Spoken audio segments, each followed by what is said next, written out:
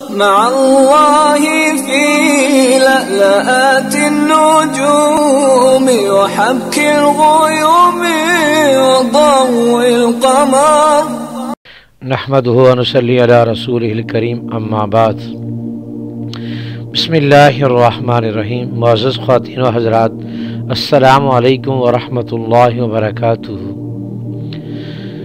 میں آپ کی خدمت میں حاضر ہوں پروگرام سنہری باتوں کے ساتھ، اور آج آپ کو زمانہ جاہلیت کے ایک ایسے رحم دل شخص کا واقعہ سناؤں گا کہ جس کے واقعے کو سن کر آپ واقعی داد دیں گے کہ ہر دور میں اللہ رب العزت کی ذات نے ایسے لوگوں کو پیدا کیا جن کے اندر انسانیت اور جن کے اندر محبت اور شفقت کو اللہ نے کوٹ کوٹ کے بھرا۔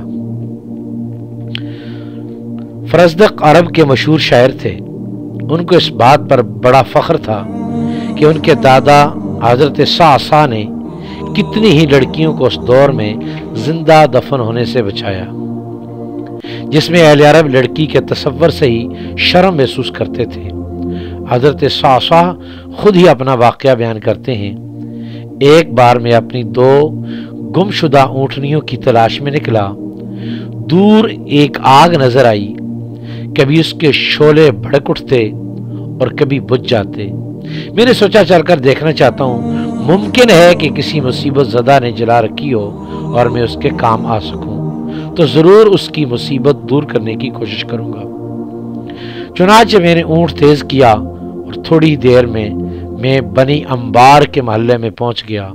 کیا دیکھتا ہوں، ایک بوڑھا شخص لمبے لمبے بالوں والا اپنے گھر کے سامنے بیٹھا سوگ بنا رہا ہے، اور بہت ساری عورتیں ایک عورت کو گھیرے میں لیے بیٹھی ہیں، اور وہ عورت درد ذہ میں مبتلا ہے۔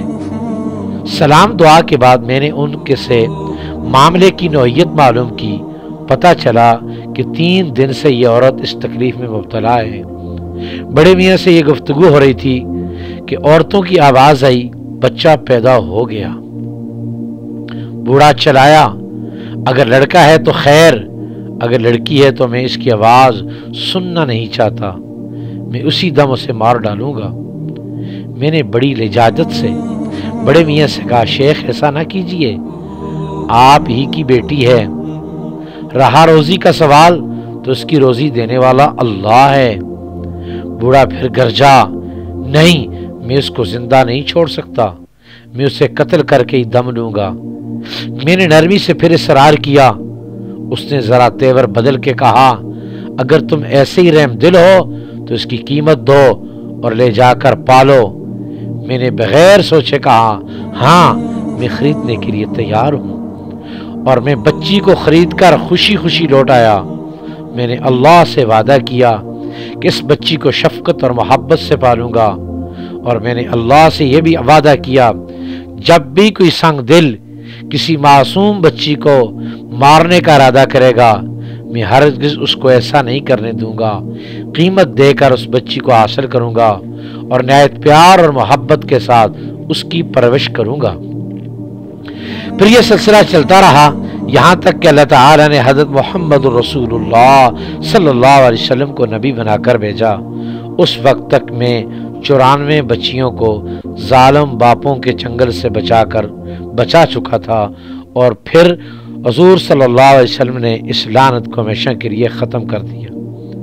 اسلام نے قتل اولاد کی تمام ظالمانہ رسموں سے اپنے معاشرے کو پاک کیا، اور اللہ کے پیارے بندوں کی پہچان یہ بتائی کہ وہ اولاد کے لیے یہ دعا کرتے ہیں کہ پروردگار ان کو ہماری آنکھوں کی ٹھنڈک بنا دے۔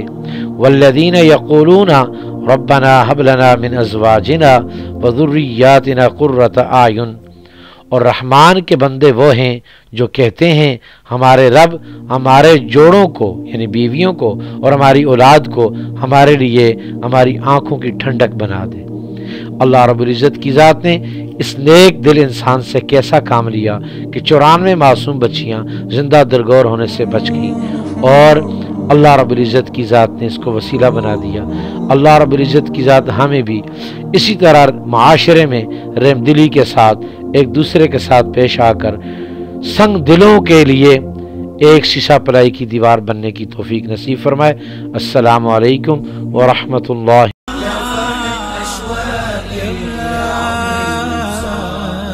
بكرة بيتسأل بكل أيام الصعب.